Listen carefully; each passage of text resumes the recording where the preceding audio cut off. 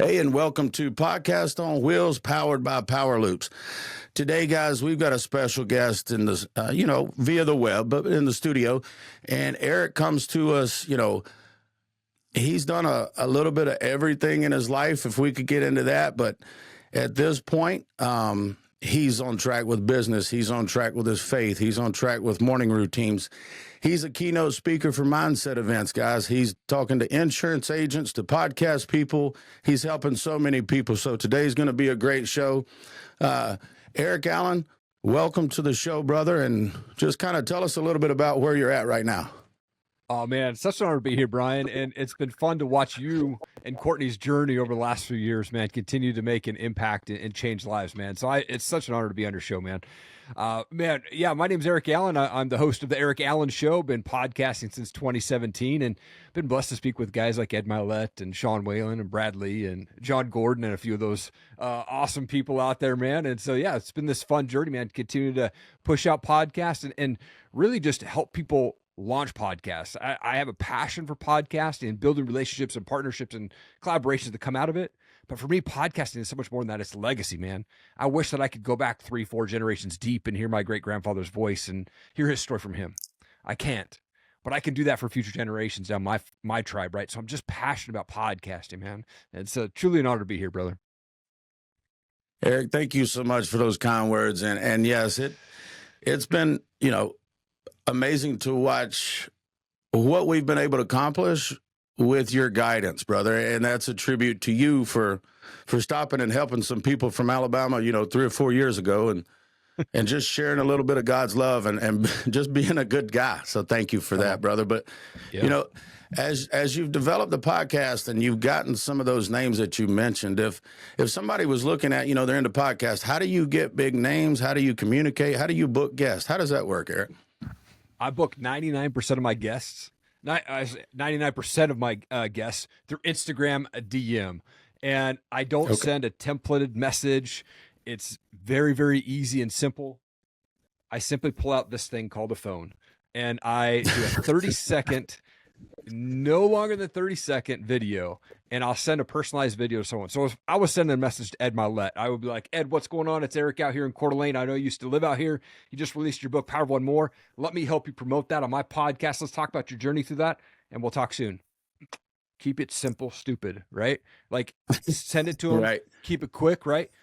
And that's what triggers them to send back, right? I don't put any text in. I literally just send a video. And then they're like, why is this person sending me a video? And that intrigues them, right? They're like, oh, let me listen to this thing. And the way to approach guests, don't approach it like, dude, come on my show. I just want you on my show. You got to bring value. Like, how can I help them? They just dropped a book. They've got a course coming up. I want to help you promote that thing. When you approach it that way, they're going to be like, heck yeah. But if you were like, walk up to Ed Mylett and say, hey, dude, can I pick your brain for 30 minutes? He'd be like, hell no. But if you're like, hey, I want to help you promote this, right? Then he's going to step into it, man. And so that's how you approach the big names. Right. And that's exemplified in everything you do. You're a giver, man. You give to them, you contribute to everybody as you have with us. And as you got those big names and things, how has it helped you, as an individual to be able to take their message and share it with over 500 podcasts that you've done? Man, I'll tell you, it's a confidence builder. One, that I am able to even speak to these guys. But number two, the message that they talk about, and all of them have their different stories, but the message that they drop is don't quit, keep going, right? Life happens, but you can get through it, right? We have to remember that our past and other people's opinions of us don't define our future, right? And that's why the number one question, the first question I ask all of my guests on my show is, tell me about where you grew up and what was childhood like. And I ask that question because I want my listeners to understand, no matter who I'm talking to, Ed Mylett, John Gordon, David Meltzer, whatever it is, we were all kids once. We all made choices to get to where we're at. And some choices got us off the path, but then choices got us back on the path. And so I want the listeners to understand, no matter who I'm talking to, we're all the same. We were all kids once, but we all made choices. And we could choose to make the life that we want. We just have to take action and make it happen. Yes, sir. Yes, sir. And, just listening to some of Ed's stuff recently about, a guy like you to take massive action and to do those videos and to build that for your tribe for the future, man. It's just such a blessing. It's such a blessing. And you do a lot of things in your community, and you're helping out with different people, and you've got a mindset speaking engagement coming up. Is that correct? Yeah, man, super excited. I'll be speaking at an event called the Conscious Investor Growth Summit, and it's out here in Coeur d'Alene. It's March 8th through the 10th. I'm one of like 20 plus speakers, and the whole event is based on health, wealth, and mindset. And I'll be speaking for 25 minutes on mindset, and really excited to get in there and meet a bunch of people. They're flying in speakers from all over. They've got local speakers here as well. It's going to be an amazing event. And if you do the VIP, then you're going out on a dinner cruise with us. And if you use the code Erik when you go to buy your tickets, you get 50% off your tickets too. Wow. That's awesome, brother. That's awesome. So, give us a little bit, maybe a teaser or something there with the mindset, or how give our viewers a little insight there. Yeah, I think when it comes to mindset, you get two choices in life, right? You can have this victim mindset where you just expect the worst to always happen, or you have this overcomer mindset where you know that things aren't always going to go smooth. You know that things are probably not going to be the way that you want, but you have to have the mindset and the power to overcome those challenges. One of the things that Ed mentioned to me when I talked with him on my show was CANI, constant and never-ending improvement. And so I look at things that don't go right as a lesson that I can learn and I can improve upon and move forward through that, right? And so really excited to get into that. But mindset it's so much more than that, right? We're going to have haters, we're going to have naysayers, we're going to have people that are going to come to us and try to talk us out of our purpose. And it's because they lack the vision that we have, right? We're all like on this, there's a purpose and a plan for all of our lives that God created us for, right? And we have different visions and different purposes, but there's going to be people, some closest people in your life are going to try to talk you out of that vision, right? Talk you out of your purpose. Mm-hmm. If we go back to Noah being in the desert, right? He heard from God to build this boat. His neighbors, his family are like, dude, you are crazy. There's never going to be a flood coming. You're nuts. You're wasting time. And he's like, dude, I'm going to build this thing. And he doesn't know what's about to happen. But here's the thing. God said, bring your wife, bring their sons, and bring their wives. What he didn't say was bring your coworkers, bring your neighbors, bring your friends, and especially bring your in-laws, right? Like he said, do this for me. And he listened. And that's the power of mindset, right? You just keep going, block out the naysayers and the haters, man. Brother, that's so awesome. And a common theme that's been on this show and will continue to be on this show is that it all comes back to God and our faith and give us a little insight. I love your story of how you came to faith and how it's been able to give you that foundation now to do what you're doing. Yeah, man. Faith. I mean, I grew up going to church, but it was like Sunday school. I wasn't really paying attention. I was sneaking out to go play with G.I. Joes in the bathroom during Sunday school, right? But, typical household, Sunday school, Little League. My dad would take my best friend Dave and I and throw us in dumpsters on a Saturday morning and say, go find treasure. Like dumpster diving was a thing for me as a kid. And, my parents ended up getting divorced when I was 11. My mom gets together with a guy who's very physically abusive. I ended up fighting him when I was 13 years old, busted his head open in the front and the back of his head. My mom never pressed charges, though, which I thought was the weirdest thing. Every time he would beat her up. And that set me on this trajectory of a craziness of my life for 10 years. And so I was really lost in the world. I was getting stoned before school, at lunch, after school. And then when I was 18, I got arrested, had to go spend a night in jail. Didn't scare me enough to stop. And then 2 weeks after I graduated high school, I was living with my dad at that time. I woke up to a Post-it note that said, you can't comply with house rules. You have 48 hours to get out. So between the age of 18 and 21, I moved 21 times, still battling addictions. And then by the time I was 21, I was $28,000 in debt, and I had to file bankruptcy. It says having issues too. And then I landed a job up in Seattle for Universal Records. And it was a dream job for me to get in the music business, but it doesn't help if you're an addict to drugs and alcohol to be in the music industry. And I was going to 2 to 3 concerts a week. I had open tab. And my 1-year anniversary, I got laid off because of a thing called Napster. And it killed the music industry, killed our office. And I was depressed, man. I went back to work at Starbucks. I was working at night as a night manager. And I was getting off work. I'd go get a 6-pack of beer, go rent a movie, and go to my ghetto apartment there in Renton, Washington, next to Jimi Hendrix's gravestone. And would do that over and over. And then one night a girl walked into church or walked into Starbucks and said, "Hey, we've got a cool college age event down at our church. Would you want to go?" And I was depressed. I had no friends, and she was good looking. Yep. What time do I need to be there? Right. And that's what drew me to the church. And it was at that moment that I started to kind of acknowledge and realize that God had been protecting me my whole life. And a month later, I went out and I partied with some buddies. Easter morning, 2004, wake up, and just felt, God, man, so clear. Going, dude, you're going down the path that's going to end your life real quick.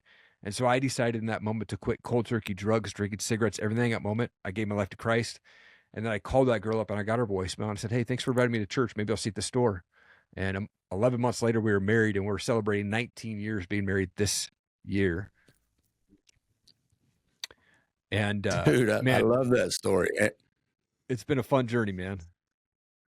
I love that story. And that doesn't exclude us from problems in our life now, does it, Erik? No, not at all. Not at all, man. Yeah. You're still going to run into issues. Step into the future with Power Loops, the king of off-grid power, where our proprietary system is changing the game of energy. This isn't just power, it's freedom. The freedom to live, work, and play anywhere, powered by our innovative technology that taps into the Earth's natural energy. Our system is designed for efficiency, durability, and sustainability, ensuring that you have reliable power 365 days a year without harming the planet. Whether you're traveling in the RV, the remote wilderness, or just opting out of traditional power grids, Power Loops provides the ultimate solution. Join us in leading the charge towards a cleaner, greener, and more empowered world. Power Loops, the king of off-grid energy. Yeah, and I've been very fortunate over the last few years to follow along with some really cool people. And that story that you tell, you wake up that morning and you made a decision. And that's something that stuck with me from the first time I heard you tell that story. It was not a choice. It was not a maybe. It was not I think I should. You made a decision. And since that point, man, you've blessed so many people. And, as you go and talk about the mindset and other things as your keynotes, is there morning routines, evening routines? How are you with your schedule, Erik? What does a day look like for you? I'm an early riser, man. So I get up between 4 and 4:30 every morning, and I have to stack my wins early. You have to really have this, positive environment. And for me, as soon as I open my eyes, I immediately go, man, thank you, Jesus, for another day to see and hug and hold my family. And I consider that win number one. And then I jump out of bed and I make my bed. There's 2 wins in 15 seconds. So my brain's already going, woo, we got wins. Let's go. Right. And so I'm already fired up. I go downstairs. This year, 2024, I'm doing 101 push-ups every single day. And then I hit the full workout. Right. But that's my one thing I'm doing every morning is that. But what's more important is after the workout is I come up to my office and I turn on some worship music. And that's when I spend time with God. And that's when I'm praying. And for prayer, for me, it's very gratitude driven. I don't ask for a lot. I'm just very thankful that I'm alive and I have a healthy family and we're out of debt and we can live the life together that we want, right? And those are my non-negotiables. That time with God, the waking up and acknowledging that I actually do have another day to live, that's huge for me. And before I leave the office at the end of the day, whether it's a Post-it or a sheet of paper, I write down exactly what I need to do first thing in the morning. So when I come up to my office after prayer, I know exactly what I'm doing. I'm not messing around on social media and getting lost in YouTube and reels and all that stuff, man. Like I am hitting that list and I'm going to battle through that throughout the day. But I know exactly what I have to do. And so for me, the non-negotiables and the morning routines, like it's there and I have to stick with that. And man, if you don't have that stuff lined up, you're going to get lost. And so, man, I just say, write it down, stick with it, and continue to update your list, your goals, your affirmations, etc., on a daily basis. Yes, sir. Yes, sir. And the more successful people I talk to, the more I hear that common theme of what you're saying right there. And it's prompted me to dive a little deeper into my time chart as I had a guest in here, Mr. Nick Hyder. he's using something similar for his 14-year-old son to be able to complete a job, maybe negotiate a contract on something he's asked to do. And what he said what he paid him at 12 years old is not what he pays him at 14 based on experience, and helping his son learn how to manage time and money. So that's a nugget that I took from him, because now he's putting it back on his kids. So, but as you've developed the podcast and you've developed the keynote, and God has led you, what are some of the, maybe some funny stories or some cool stories on the podcast that you could just, maybe something that happened that you didn't see it at the time, or God had a plan for it, or just something funny that happened, what are some stories there? Man, I'll tell you. So one of the things that happened or came out of podcasting was I met a guy named Greg Reed. He wrote the book 3 Feet from Gold. And I actually met him on the app Clubhouse way back in 2020 when that was actually a thing. And I ended up having him on my podcast, and we chatted about an event that he has called Secret Knock. You have to be invited to Secret Knock. You can apply, but they don't take everybody. And so we had this conversation, and he said, "Hey, Erik, I want you to come to Secret Knock. You got to pay this much money." At the time I had no money. I was like, "Dude, I can't even come up with that money." He goes, "If you can pay it off in 2 months, then I'll invite you to both Secret Knock and Prosperity Camp," which is a more selective event that he does. Only 50 people at Prosperity Camp. It's at his home. And I just said, "We're going to do this thing." And I didn't know what I was walking into. I used air miles. I used as little money as I could. I stayed at the Motel 6. I barely ate any food, thinking I could just go down there and just make it happen. And I did. I was planning on walking 3 miles to his house, because that's how far the hotel was. Luckily, his team, they picked me up every morning. They dropped me back off every morning. But here's the thing. That event I walked into, there's 50 people, 49 are millionaires. I'm the one that was not. And I remember going in there just wanting to meet people and connect with people. And at that event, I met a guy named Kelly Cardenas. And Kelly, dreadhead guy, looks like a surfer dude, awesome guy, loves the Lord. And he said, "Dude, come watch the sunrise with me one morning," because he lived by the beach. And I remember going down there and sitting at the beach. And at this time, my mindset was very much, I just want to be a full-time entrepreneur. I don't care what it takes. I just want to do full-time entrepreneurship. And I remember sitting there and we were reading the Bible on the beach. And I was saying that to him, and he goes, "Erik, you're at this event. It has amazing people. And all of them have great businesses and great lives. But how many of them are great husbands or great wives to their spouses?" And it was like this eye-opening moment where I was like, "Oh, I got my priorities all wrong right now." And that moment really changed my path moving forward. It was in that time that really Kelly spoke into my life at that moment. And I believe that God was speaking through him in that moment, but really helped change my perspective. And Kelly and I were, probably one of my best friends today, just because of that moment that I took a chance to go to an event, that I met a guy because of Clubhouse, and still Greg Reed and him and I, we chat, and they're just good dudes, man. And so it's podcasts can open up so many more doors than just a normal conversation. It opens up the door to massive, awesome relationships, man. Yes, sir, brother. That rings very true. As I study and maybe Sean Whalen's Core 4, or I'm looking at Nick Alfano's faith, family, fitness, finance, and it makes you start thinking. If we're not, I say, if you don't have the household that you want, are you being the man that you need to be for that household?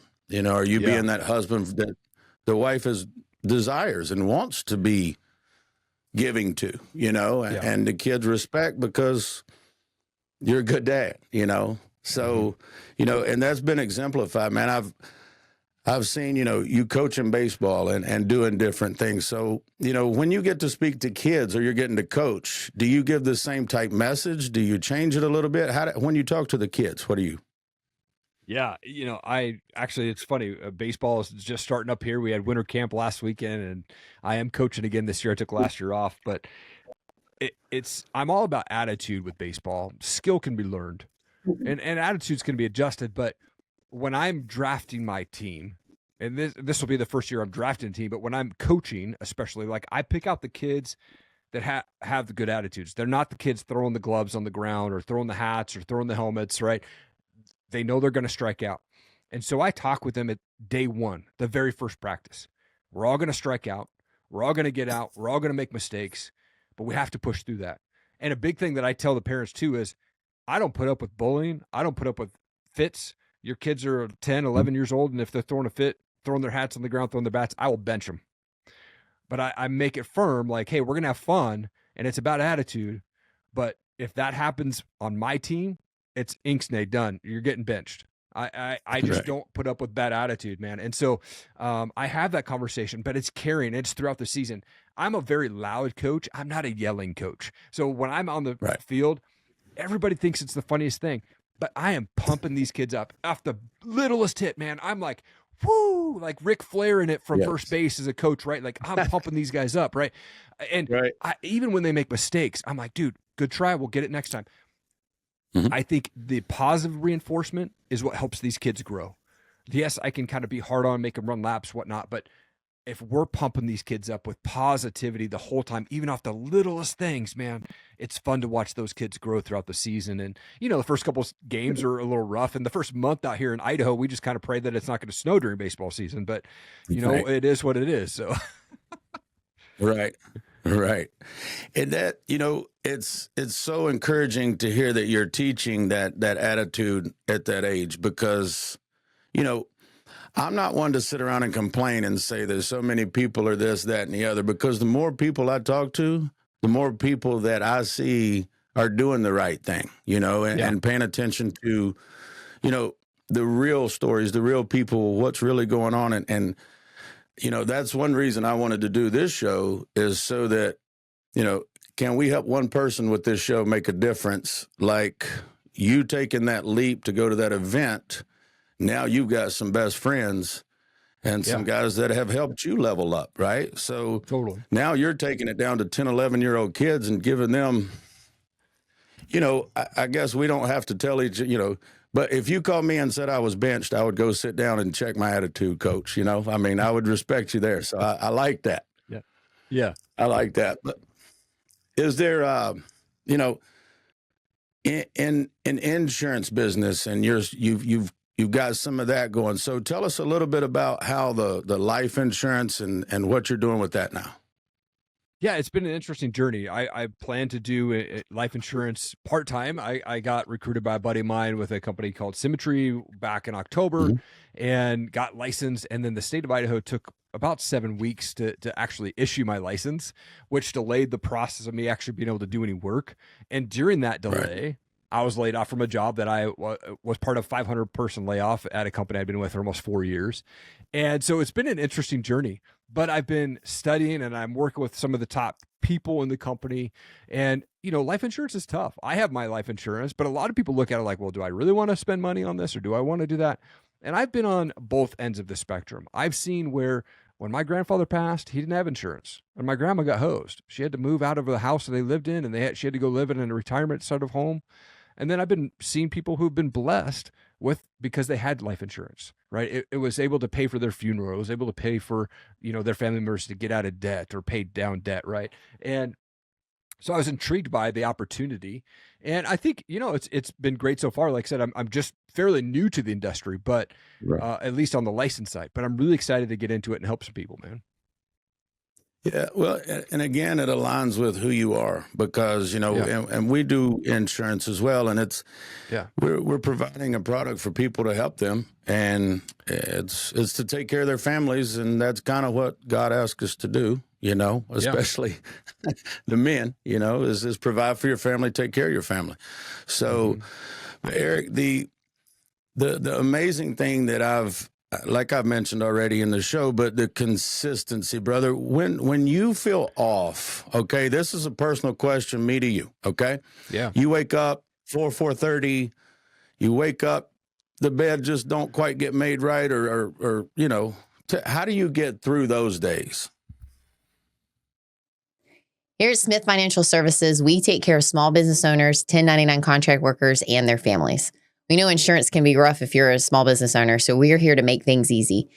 Visit our website, smithfinancial.services, to learn more. There are days when I don't feel like waking up at 4 and 4:30. And there are days when I don't feel like doing 101 push-ups every morning. And here's the thing is you got to have standards in place that push you through even when you don't feel like it, right? Motivation is crap. It's the standards and the habits that you put in place that you stick to. I could be motivated for a brief moment, but it's the habits and standards that stick me to what I said I'm going to do. I'm going to commit to it. I'm going to do it no matter what. And luckily I've been healthy and I haven't been sick or anything like that. I haven't run into those days, and we're going to keep pushing forward through it. But even on those days, I'm like telling myself, I've already prepared myself. Like if I'm sick, if it takes me 4 hours to do 100 push-ups, I'm going to make it happen, right? I'm going to keep pushing myself through those days. So you have to have those standards. You have to have those habits in place, man. When you're feeling off, you got to find your environment. And one of the things that I utilized when I decided to change my life and gave my life to Christ is I had to change the environment. I had to leave the people that I was hanging around with that were partying and things like that. Now, those are great guys, and I'm good friends with them today, but I had to take a break. But what I had to do is I had to find people that were living life that I wanted to live. And being around them causes me to up my game in standards and habits, right?